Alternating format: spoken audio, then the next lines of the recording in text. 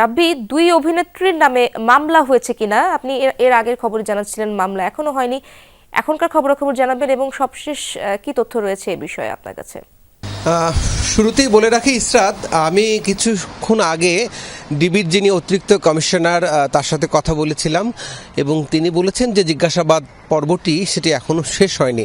তার মানে এই দুই অভিনেত্রীকে এখনও জিজ্ঞাসাবাদ চলছে ডিবি কার্যালয়ে এবং সেই সাথে সুনির্দিষ্ট করে যে বিষয়গুলো ডিবির তদন্ত কর্মকর্তারা জানতে চাইছেন যে ফেসবুক সহ বিভিন্ন প্ল্যাটফর্ম, অনলাইন প্ল্যাটফর্মে যুক্ত হয়ে রাষ্ট্রবিরোধী ষড়যন্ত্র বলতে তারা বোঝাচ্ছেন যে সম্প্রতি আমরা দেখেছি ফেসবুকে দু একটি ভিডিও ভাইরাল হয়েছে যেখানে এই দুই অভিনেত্রীকেই দেখা গেছে যে কিভাবে দেশের আইনশৃঙ্খলা এবং দেশের বিরুদ্ধে ষড়যন্ত্র করে আওয়ামী লীগ সভাপতি শেখ হাসিনার নির্দেশ মতো বাংলাদেশের পরিস্থিতি কীভাবে নষ্ট করা যায় সেই চক্রান্তে তারা জড়িত এবং তেমন ভিডিও কিন্তু ফেসবুকে এসেছে।